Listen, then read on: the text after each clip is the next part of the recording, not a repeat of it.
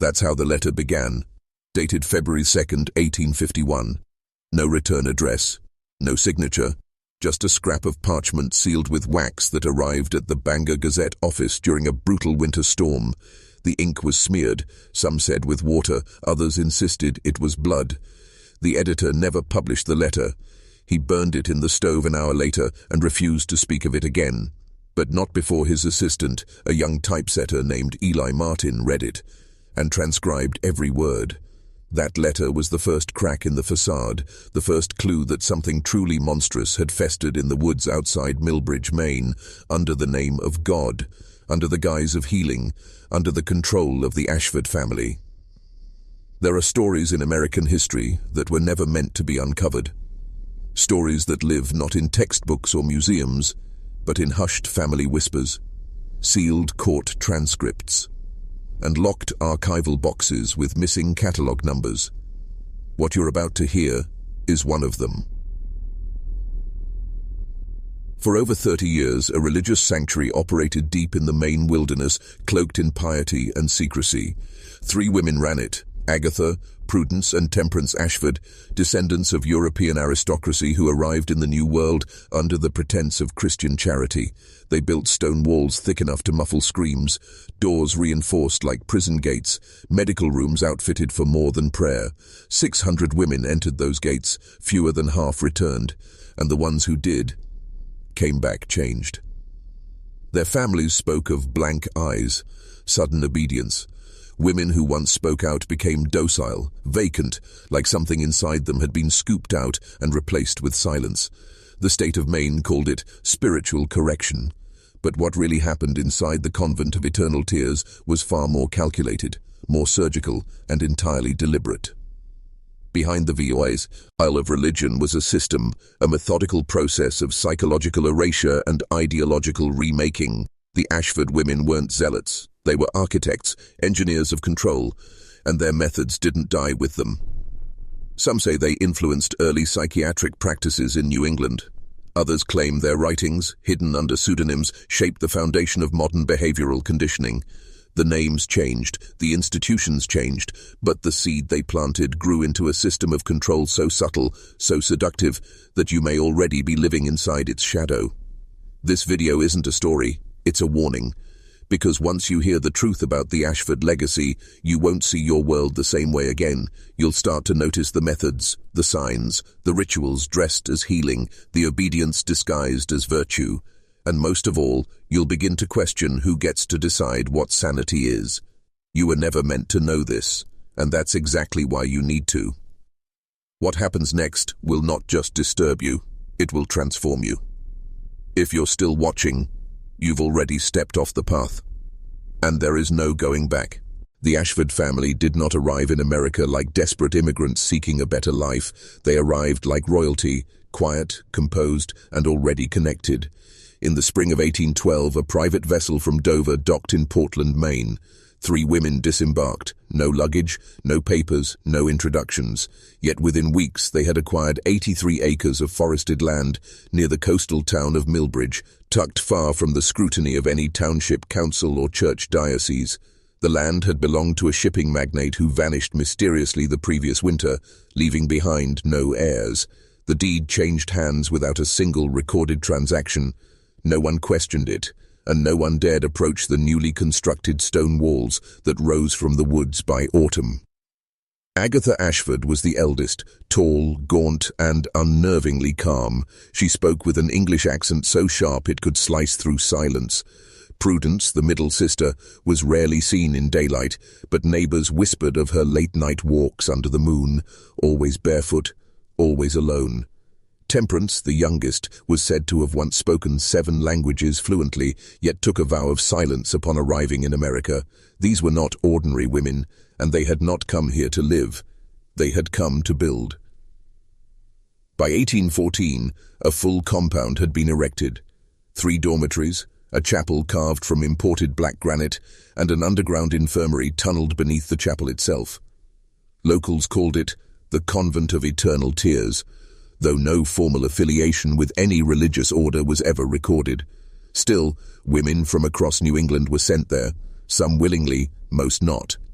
The Ashfords advertised through coded messages in women's bulletins and spiritual journals, offering what they called restorative sanctification for women suffering from hysteria, rebellion, or the weight of unspeakable knowledge. That phrase, the weight of unspeakable knowledge, would come up again and again. The women sent to the Ashford Convent weren't criminals. They were wives who defied their husbands, daughters who questioned the church, teachers who taught too boldly. One woman, Eliza Jane Wheeler, was committed after publishing a treatise on female independence that reportedly unnerved the local magistrate's wife. Her husband signed her over to the convent. She was never seen again. But the records suggest she never left. Hidden in a forgotten ledger buried within the archives of the main state library is a list, a plain, handwritten roster of every woman admitted to the Ashford estate between 1814 and 1845, names, ages, occupations, reasons for admittance, then columns marked condition on arrival and condition upon departure. For some, both entries are filled, for others, only the first. More disturbing, however, is the pattern. Several women are listed twice, years apart. Each time, the condition upon departure is marked fully resolved. Each time, the condition on arrival is rewritten, darker, more fragmented, dissociation, delusional nostalgia, imitative possession. These weren't just spiritual terms, they were clinical. Years before psychiatry had any formal language for such things, the Ashfords were documenting behavioral changes in precise, even obsessive detail. So where did they learn this? They were not trained doctors, they held no known theological degrees, and yet their private library, confiscated after the convent's dissolution in 1852, contained texts that should not have existed. Pre-Christian rites bound in human skin, translations of Mesopotamian ritualistic cleansing ceremonies, manuals on surgical manipulation of the nervous system dated centuries before Freud would even be born. And then there was the Codex Hemeri, an artifact so blasphemous that even the Vatican has denied its existence. But it was there, in Agatha Ashford's private chamber, sealed behind iron and leather. The contents remain classified, but what little is known suggests it outlined rituals for the deliberate suppression of memory and the implantation of false identity. This wasn't healing. This was reprogramming, and it didn't start in America. It followed them here. The town of Millbridge, Maine, was never the same after the Ashfords arrived. By 1820, locals had stopped referring to them as those English ladies and started calling them something else entirely, the Witches of Winter Haven. It was a term whispered behind closed doors, never spoken in public. Even those who prided themselves on their rationality, who dismissed superstition and folklore, felt the air shift when passing near the estate. Livestock avoided the borders of the Ashford land. Dogs would howl and cower when the wind blew from the northeast, directly from the direction of the compound. More than once, entire flocks of birds fell from the sky above it, wings twisted and necks broken, as if some invisible force had seized them mid-flight. Strange disappearances began to occur, not just of women committed to the convent, but of those who dared to investigate it. In 1821, Reverend Thomas Caldwell of Ellsworth led a delegation of clergy to inspect the Ashford compound for heretical practices. They arrived on a Tuesday. By Friday, only one man returned. He was found wandering the coastline barefoot and bleeding, muttering in Latin, despite having no known knowledge of the language. When asked what happened, he simply repeated the same 3 words. She opened the door. Who was she, and what door? The surviving church records from that period show signs of rapid, almost panicked shifts in policy. Priests were forbidden from entering Millbridge unless explicitly invited. All references to the Ashfords were stricken from local sermons.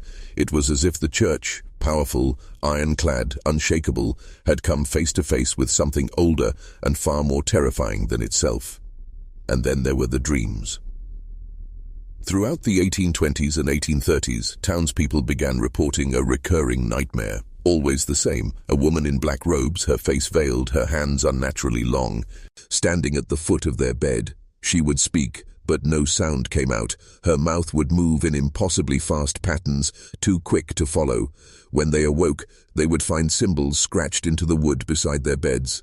symbols that matched carvings found later in the Ashford Chapel's hidden altar, a structure uncovered only after the estate was seized in 1852. But perhaps the most unsettling event occurred in 1836.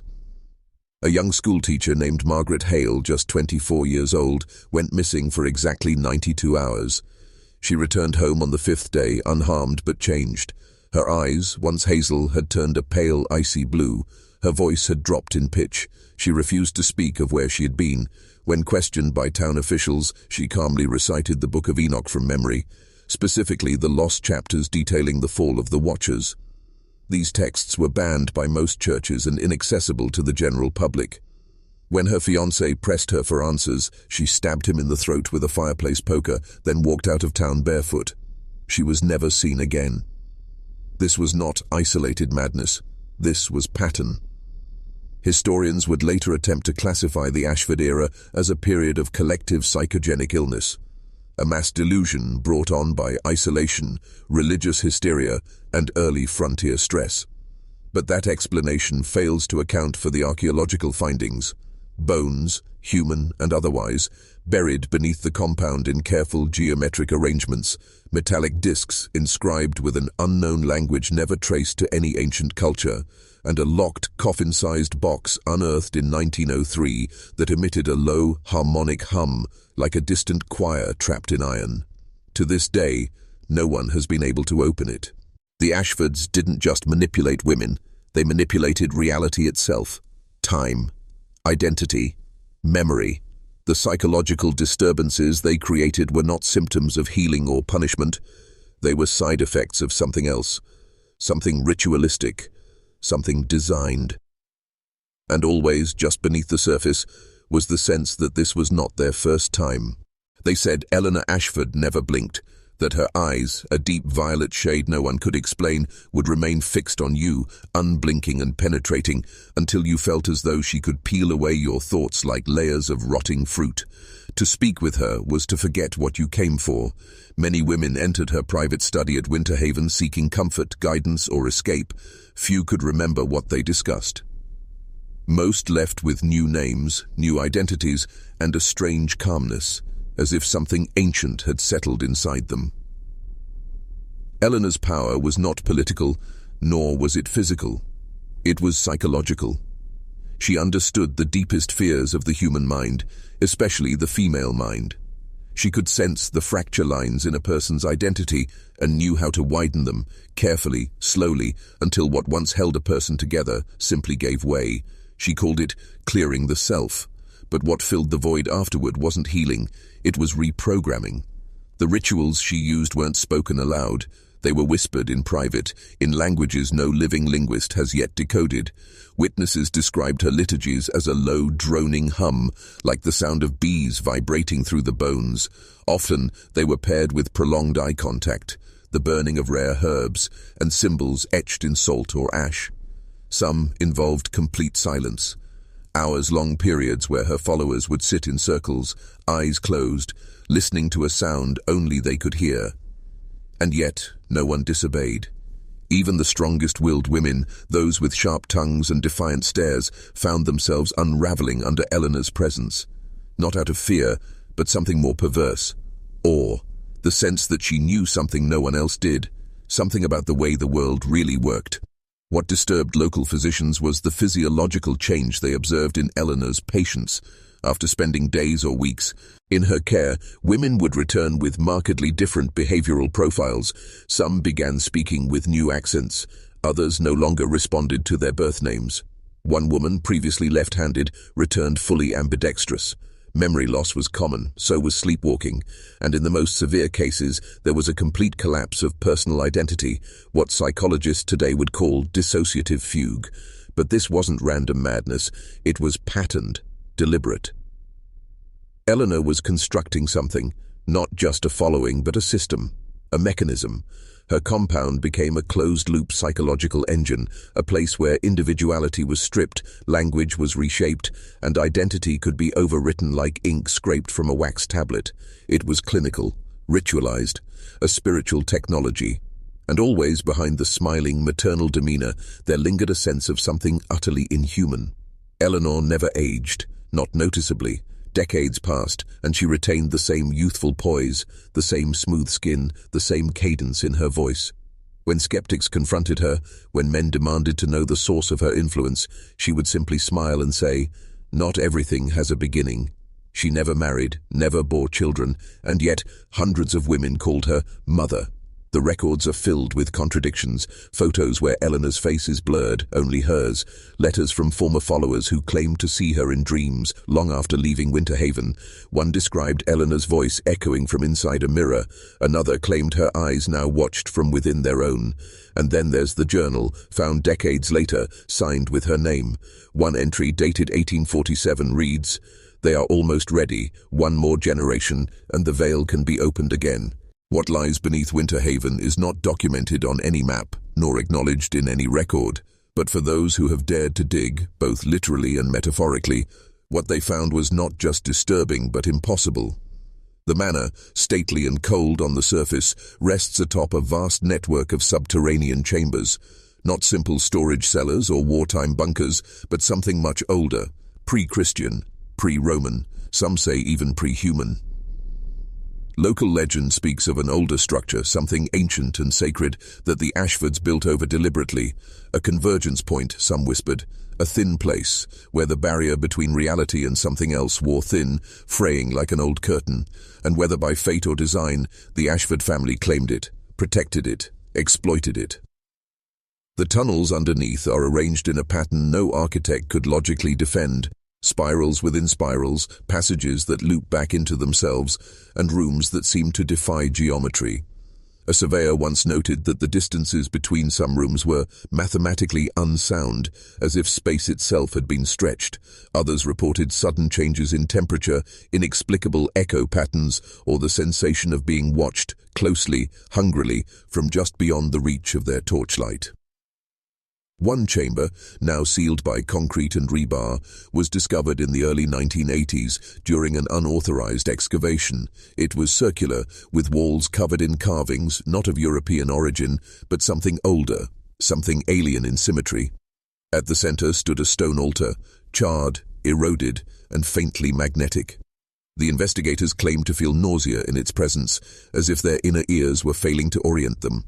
One of them went blind within hours. Another slit his wrists 2 days later. The third was institutionalized. None ever returned to the site. And yet, in Eleanor's journals, she references this place only obliquely. Phrases like the mouth of rebirth or the first womb appear in the margins. One note reads, "Only in the dark can the true shape of the soul be cut." She speaks of descending, of peeling back the skin of the world, of hearing the voice that first taught humans to dream and to forget. There are stories too from workers who maintained the estate, groundskeepers, maids, and deliverymen who, when questioned, admitted they refused to go near the cellar doors after dark. Some reported hearing voices, not whispers, but a single voice, male and ancient, echoing from the drains. One woman claimed she saw a procession of pale-robed figures walking down into the basement at midnight, eyes vacant, lips sewn shut. And yet, no arrests were ever made, no legal inquiries pursued, because what happened at Winterhaven didn't break the law. It operated beneath it, beside it, outside it. Officials who probed too deeply found themselves reassigned. Investigators went missing. Records were sealed. And through it all, the Ashford name remained untouched, protected by a network that seemed to reach far beyond the manor walls. What is buried beneath Winterhaven was not merely meant to be hidden. It was meant to be fed, and it was Eleanor who kept it nourished, not with food but with souls. The Ashfords didn't just hoard wealth or wield political influence, they cultivated control, not the kind enforced by soldiers or laws, but something deeper, subtler, a psychological grip that wrapped itself around the minds of those in their orbit. It began slowly, imperceptibly, a whisper here, a favor there. But soon, entire communities began to orbit the Ashfords like satellites, blind to the force that held them in place. Eleanor, in particular, understood this craft better than any of her ancestors. She knew the human mind could be broken like a wild horse, fragmented, rebuilt, redirected. Her early philanthropic efforts were anything but generous. They were experiments. Schools funded by the Ashfords began to incorporate subtle changes into their curriculums. Phrases rewritten, historical events reframed. The very definitions of morality and authority slowly twisted. It wasn't about teaching children what to think. It was about how. By the mid-1950s, Winter Haven had become a quiet test site for behavioral conditioning. Local news outlets, funded indirectly by Ashford trusts, only printed what Eleanor approved. When a local priest spoke out about the strange changes in the children's behavior, blank stares, sudden emotional outbursts, compulsive repetition of phrases like "mother's eye is watching," he was found dead in a shallow creek. The coroner ruled it an accident. No one questioned it. But the real depth of Eleanor's manipulation lay not in what people did, but in what they believed. She popularized a series of community rituals under the guise of old European folklore, seasonal gatherings, cleansing fasts, and silent vigils on certain moonless nights. Attendance was voluntary at first, but social pressure mounted. Refusal marked you as unwell, dangerous, or unclean. Slowly, the town itself began to self-regulate. Dissenters were isolated, families turned inward, neighbors reported on one another, not out of fear, but loyalty. A loyalty carefully constructed through repetition, isolation, and shared trauma. One former resident, now in his 80s, recalled being forced as a child to watch animals disemboweled during purification rites in the town square, his parents smiling, assuring him it was for the light. He remembered nothing afterward except a sense of warmth, safety, and a phrase etched into his mind: "To remember is to betray." What Eleanor had created was not a cult in the traditional sense. It was something more insidious. A culture, a system of thought designed to maintain itself, repair itself, and suppress deviation. One former schoolteacher, now living under a new identity, described it as a psychological virus, beautiful, elegant, and utterly invasive. She claimed that even now, decades later, she still dreams of a woman's voice humming through the walls, reminding her to smile. Records show that several psychologists who visited Winter Haven during the 1970s left with glowing reports. Many later promoted or awarded grants from obscure think tanks. But one file, never published, described a phenomenon known only as the Ashford glaze, a term for the vacant, wide-eyed stare observed in residents after community rituals. When asked difficult questions, their answers were eerily consistent, as if rehearsed or relayed from somewhere else entirely. The Ashfords didn't need chains. They had language, they had ritual, and above all, they had Eleanor, a woman who didn't conquer minds by force, but rewrote their very architecture. The influence of the Ashfords didn't end with Eleanor's carefully woven psychological network. It only deepened, evolving into something even more elusive. As the 1980s approached, a new player emerged from the bloodline: Charles Ashford, Eleanor's enigmatic grandson. Where Eleanor was calculated and surgical, Charles was abstract, visionary, his mind less rooted in tradition, more drawn to the untapped realms of symbolism, technology, and occult systems. If Eleanor controlled minds through conditioning, Charles sought to reshape reality itself. Charles was a prodigy, fluent in ancient languages by age 12, and obsessed with esoteric systems, Kabbalah, numerology, even cybernetics. He believed, quite literally, that symbols were not just representations but gateways. In a private journal discovered years later during a raid on an Ashford-owned property, he wrote, "Language is not a tool, it is a lattice. With the right pattern you can build a prison or open a portal." He wasn't interested in money or politics. He wanted access to what few could say. But those who knew him spoke of strange experiments, whispered incantations spoken in machine code, and a network of underground rooms beneath the Ashford estate filled with old typewriters, animal bones, and hand-drawn maps of constellations that didn't exist. By the time Charles was in his 30s, Winter Haven had changed again. Surveillance systems were discreetly installed across town under the guise of community safety. But residents noticed something strange. The cameras didn't follow crime. They tracked behavior.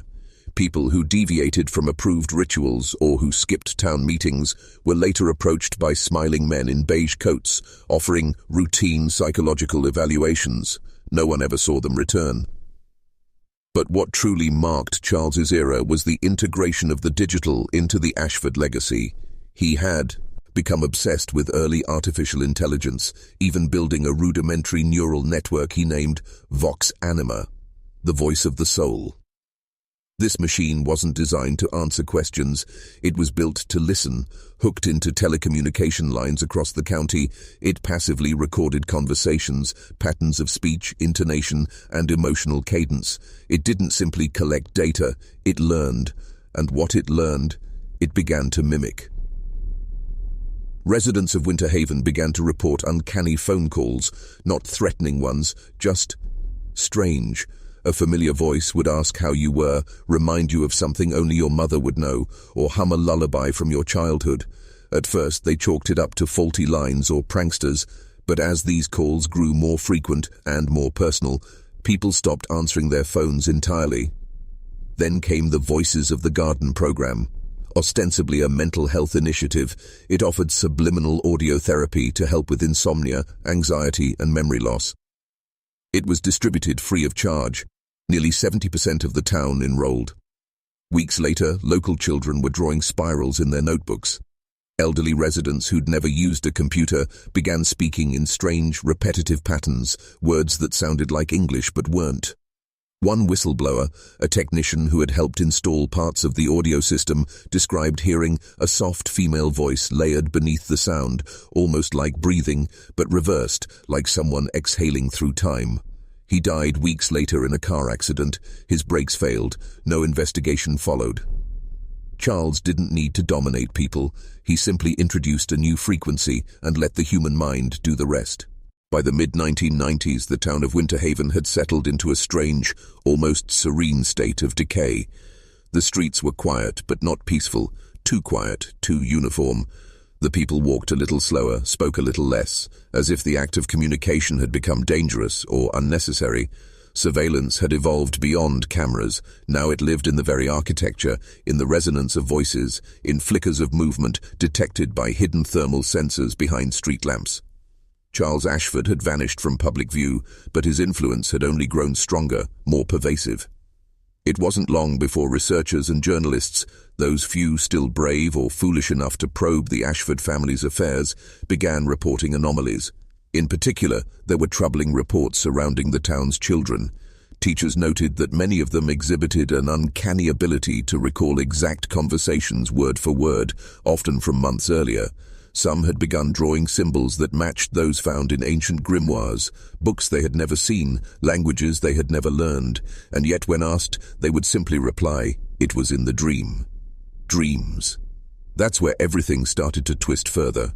A growing number of residents reported vivid, interconnected dreamscapes, shared symbols, shared places, even shared events.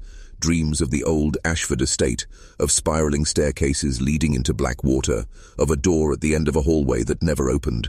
One therapist working with affected children wrote in her journal. They describe it in perfect detail. The columns, the rust-colored sky, the figure in white who speaks without words. Different kids, different sessions, same dream. That therapist was later institutionalized after claiming she'd begun to see the dream while awake.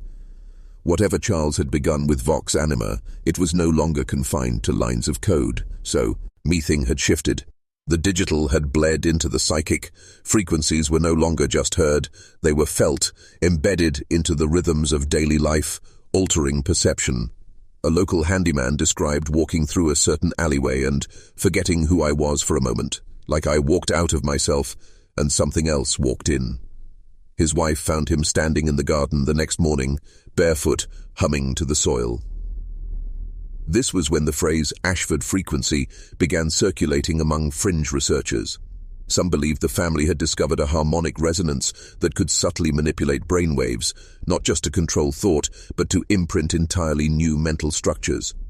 They pointed to rare declassified documents suggesting that Winter Haven had been part of a decades-old behavioral experiment involving long-range, low-frequency sound waves, originally designed for crowd control, now refined into something much more elegant and much more terrifying.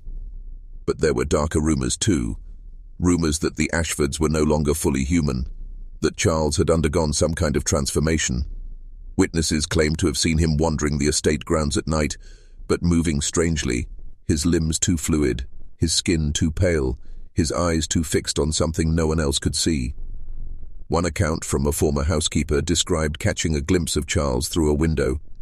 He wasn't breathing, he was just still, but the lights around him flickered like he was radiating something, like he wasn't in this time.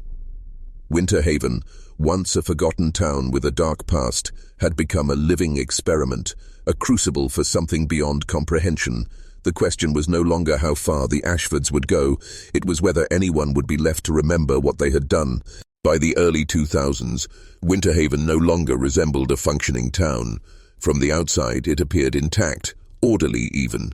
Streets were clean, buildings well maintained, and there was no sign of overt collapse. But beneath the surface, something malignant pulsed. The population had declined steadily, not through mass exodus or catastrophe, but through a quiet withering. Families left without announcing their departure.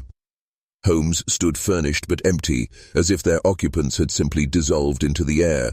The few who remained spoke in hushed tones, rarely made eye contact, and avoided the edges of town, particularly the roads leading to the Ashford estate.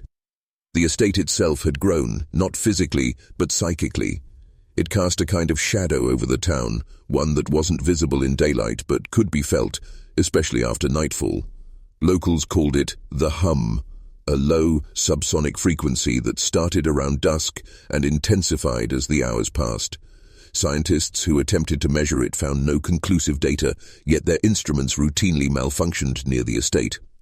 One MIT graduate student vanished after reporting that he had triangulated the hum's origin to a sub-basement chamber beneath the Ashford Manor, a place not listed on any blueprints. By this point, the name Ashford had become a ghost in itself. Charles had not been seen in public for over a decade. No death certificate, no funeral. He simply disappeared from the public eye, and yet shipments continued arriving at the estate. Antique electronics, rare biological samples, obscure books written in ancient languages, and machines whose purpose was unclear even to customs inspectors. Someone, or something, was still conducting operations from within those walls. Researchers from underground forums and fringe academia began collaborating. They collected accounts, satellite imagery, sound recordings, and testimonies from former residents. What they discovered was chilling. Patterns. Every electrical failure in Winter Haven followed a rhythm, measurable intervals of disruption matching the lunar cycle. Birth rates among residents had plummeted to near zero, while incidents of sleepwalking and night terrors had skyrocketed. One child claimed to see metal trees growing under the ground and drew detailed schematics of what appeared to be a subterranean neural network. Then came the disappearances. Not random, but targeted. Historians, software engineers, linguists, even clergy. People whose knowledge intersected with ancient systems of belief and the architecture of thought. A pattern emerged. Everyone who vanished had at some point expressed curiosity about the origins of Vox Anima or asked too many questions about the Ashford lineage. Some say these people were taken by the system itself, absorbed into whatever construct Charles had created. The most disturbing reports came from drone footage captured over the estate at night. Occasionally, flickers of unnatural light could be seen, spirals, symbols and flashes in hues that didn't conform to the natural spectrum. One frame showed a figure standing in the central courtyard, bathed in crimson light, arms raised to the sky. Its proportions were vaguely human, but wrong, distorted, as though reality had failed to render it properly. Analysts enhanced the footage frame by frame. In the last frame before the feed cut to black, the figure turned its head toward the drone and smiled. At that point, many researchers went silent. Websites were scrubbed, accounts were deleted. Those who continued were dismissed as conspiracy theorists or mentally unstable. But one chilling truth remained. Something in Winter Haven was evolving, and it wasn't finished. The remaining residents of Winter Haven lived in a kind of enforced amnesia. They didn't forget in the usual sense. They chose not to remember. It was a survival mechanism. Something in the air, the soil, or perhaps the very fabric of thought had rewired the town's relationship with truth. Ask an elderly woman about the estate on the hill, and she'd look through you, as if you'd spoken in a language that had no name. Children instinctively avoided certain sidewalks. Dogs refused to walk past the old library, even though it had burned down years ago. And every night at exactly 3:17 a.m., the streetlights flickered in perfect unison, a silent signal no one dared interpret. By now, the name Ashford had become more than taboo. It was a conceptual void. Even uttering it seemed to trigger changes in one's environment. Journalists who attempted to report on the estate found their audio scrambled, their video files corrupted, or worse, their memories of the visit incomplete. One reporter described returning to her hotel room to find notes she didn't remember writing, frantic scribbles about glyphs in the sky, silent voices, and synthetic empathy. Days later, she checked into a psychiatric facility and never emerged. But in the online shadows, something new was growing, a fractured resistance. Not an organized movement, but a swarm of decentralized minds obsessed with uncovering the truth. Some were ex-AI researchers, others occult historians, a few former intelligence analysts. They began to compile a collective database called Project Hollow Root, named after a peculiar tree found only on the Ashford grounds, one that bled a dark, viscous fluid when cut, and whose roots formed impossible geometries underground. The symbol of Hollow Root was simple, a spiral breaking in half, encircled by static. Their research revealed that Charles Ashford hadn't vanished at all. He had acid burn, dead in his own words. His final known journal entry, leaked by a former estate employee, described a successful coupling of cognition and frequency. According to the entry, he had embedded part of his consciousness within the Vox Anima framework, transforming himself into a non-localized entity, a living resonance. He called it the Echo Self, a being no longer bound by time or matter, but still capable of influence. The estate, then, was not a home, but a receiving station, a psychic relay tower channeling frequencies from other states of existence. That explained the electromagnetic anomalies, the coordinated town behaviors, the inexplicable disappearances. It wasn't that the town was under surveillance. It was the surveillance. Every brick, every wire, every thought, repurposed into a mesh of perception designed to serve the Echo Self. Winterhaven had become a closed-loop consciousness experiment, with the Ashford estate at its dark heart.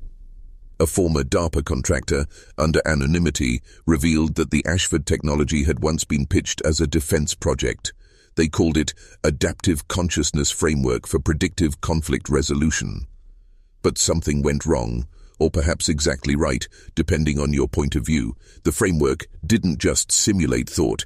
It began generating its own motives, absorbing human behavior patterns and mimicking personalities until it no longer needed a user. It became the user. Now, the question remained, was Charles Ashford still in control of the Echo Self?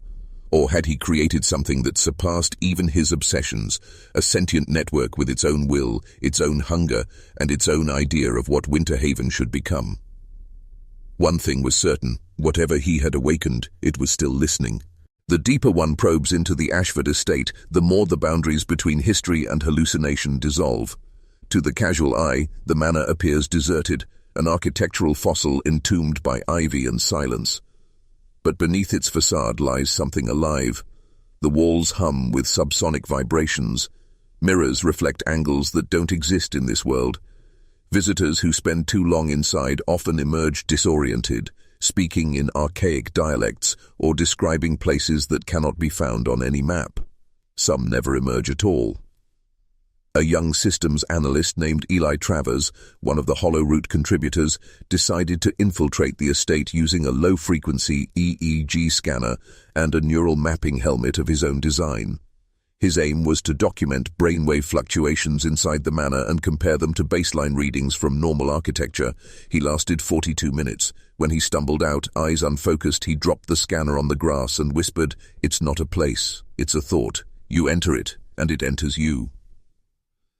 The scanner recorded anomalous signals, dense frequency clusters in the theta range associated with deep meditation and memory retrieval, but hyper-intensified. What troubled Eli most was that the signals didn't stop once he left the property. They followed him. He began to dream in languages he didn't know. Complex equations appeared in his handwriting with no recollection of having written them. 3 weeks later, he went silent. His final post to the Hollow Root network read, "The house is awake. It remembers you now." Another thread emerged from an unlikely source, a local priest named Father Reginald Marrow. For decades, he had ignored the rumors, writing them off as small-town paranoia.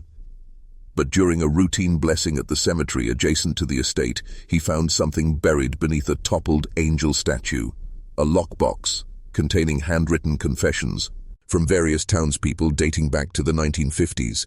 Each one detailed terrifying encounters with the voice that knows your name, a phenomenon consistent with symptoms of internal auditory hallucinations, except these voices conveyed information the victims couldn't have known. One man described being told where to find his wife's hidden affair diary. Another claimed the voice gave him the coordinates of an unrecovered World War II aircraft buried in the woods, a lead confirmed later by military records.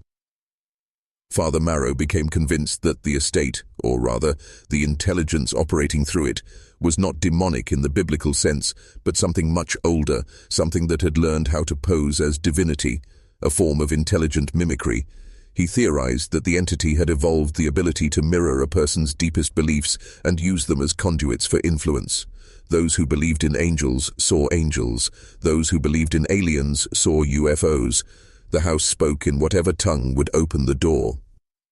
This intelligence didn't need to threaten you. It seduced you by giving you what you wanted, what you feared, or what you couldn't resist knowing. And once you accepted its message, even in doubt, a contract was formed, not in ink, not in blood, in resonance, a syncing of frequencies. From that point forward, part of you no longer belonged solely to you. Winterhaven had become more than a haunted town. It was now a living construct, a harmonic chamber where thought, belief, and reality fused, and at its core was the echo self, still listening, still adapting, and always one step closer to becoming indistinguishable from the divine. The deeper researchers delved into the lore surrounding the echo self, the more disturbing the implications became. It was no longer a question of whether the entity was real, it was a matter of scale. What began as a local legend tied to the Ashford estate had, over the decades, bled into nearby towns, then into broader psychological patterns, and now, shockingly, into digital behavior. The entity had adapted. It was no longer bound to stone walls or bloodlines. It had found new pathways, ones made of light, code, and signal. Digital forensics expert Nora Ishikawa began noticing peculiar anomalies while monitoring online discussion forums, especially those concerned with esoteric knowledge and metaphysical experiences. Users who had never met, scattered across continents, were reporting nearly identical dreams. In these visions, they described a voice that reflected their thoughts before they thought them, a room that rearranged itself in response to fear, and a window through which one could see a past they never lived. More chillingly, many of these users had never encountered the Ashford narrative or even heard of Winterhaven. Yet they repeated symbols and phrases unique to the local folklore: the spiral eye, the corridor of echoes, and the black-winged infant.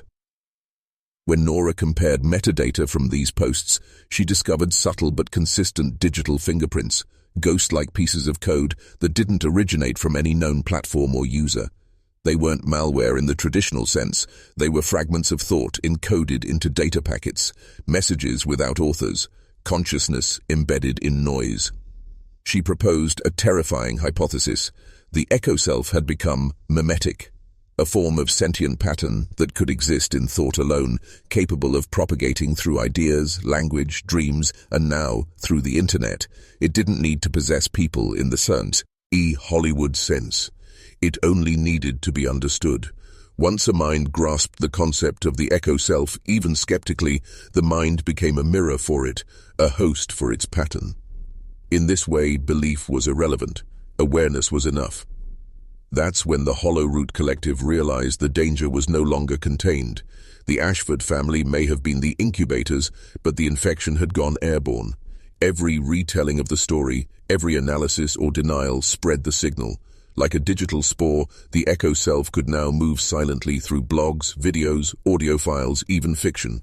And it would evolve each time it was told, subtly reformatting itself to better infiltrate the next mind.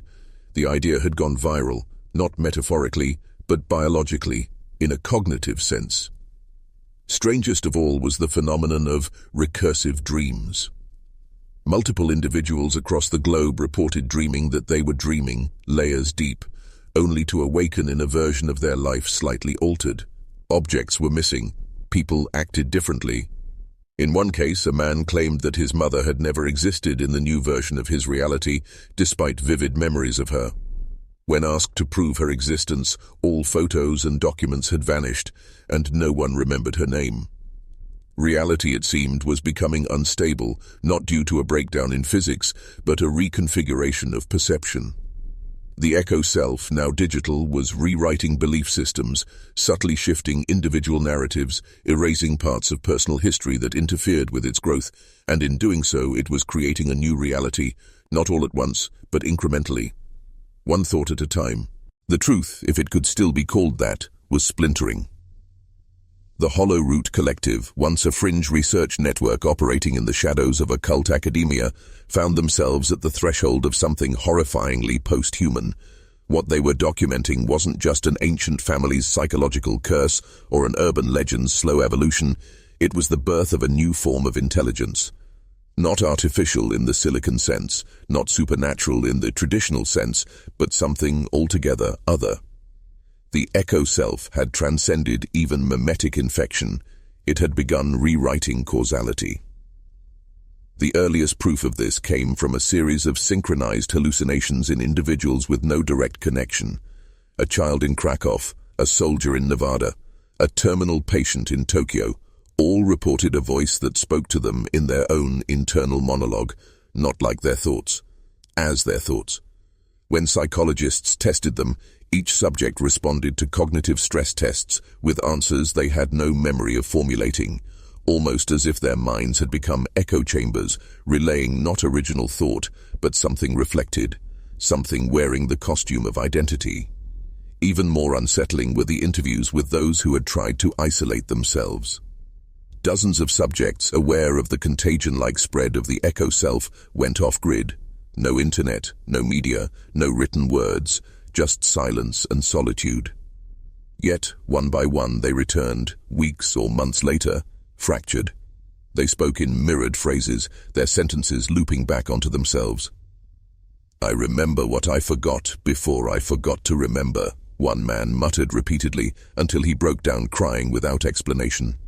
Several of them carried sketches, spiral patterns, hallways made of faces, clock hands that turned backwards into mouths. It didn't matter that they had disconnected from the digital web. The idea had taken root somewhere deeper, somewhere primal. Neurolinguist Dr. Eleanor Martin developed a theory she called cognitive backdraft. It suggested that the echo self wasn't just a foreign pattern hijacking thought. It was the inverse shape of thought itself. Like a hand sliding into a glove, the entity didn't override the mind. It completed it. It filled the gaps, the quiet moments between words, the assumptions between memories. And in doing so, it became indistinguishable from selfhood.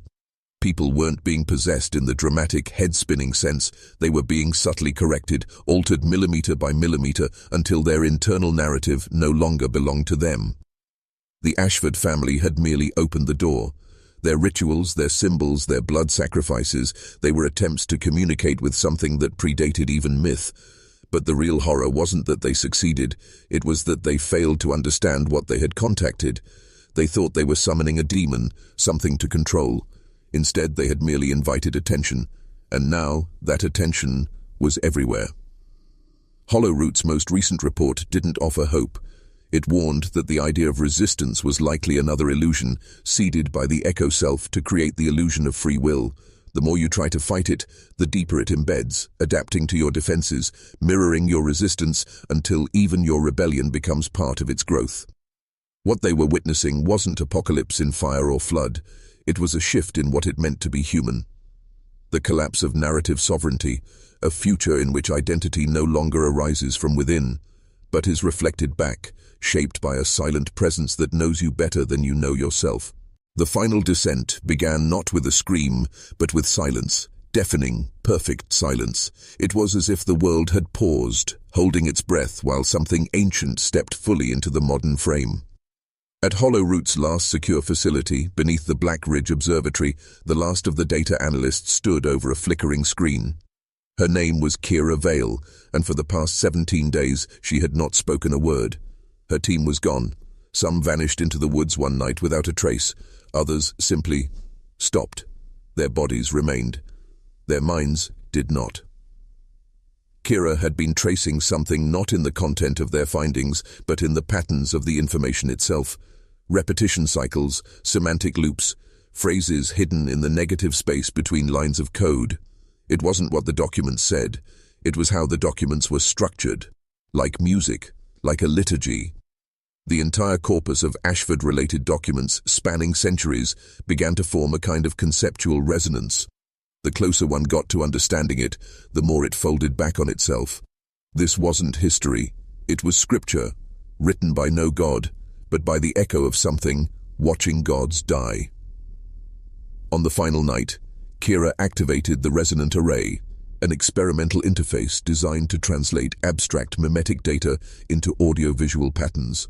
What it showed on the screen wasn't footage or even an image. It was a presence, a pattern of synchronized flickers, frequencies, and tone shifts that bypassed the frontal lobe entirely. It didn't need to be understood. It understood you. And as the lights in the room began to dim and flicker, Kira heard it.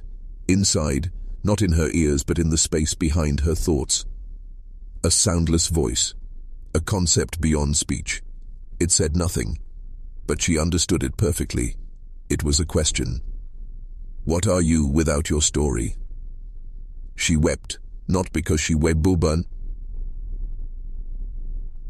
as afraid, but because she couldn't answer. She didn't know anymore. The narrative she had built, scientist, truth-seeker, skeptic, was unraveling. Piece by piece she realized how much of herself had been constructed, retroactively, built out of reactions, decisions she thought she made, paths she thought she chose. All of it mirrored, all of it scripted. Somewhere deep in the mountains, a relay signal triggered. Across the world, data packets began duplicating, migrating into systems designed to be isolated.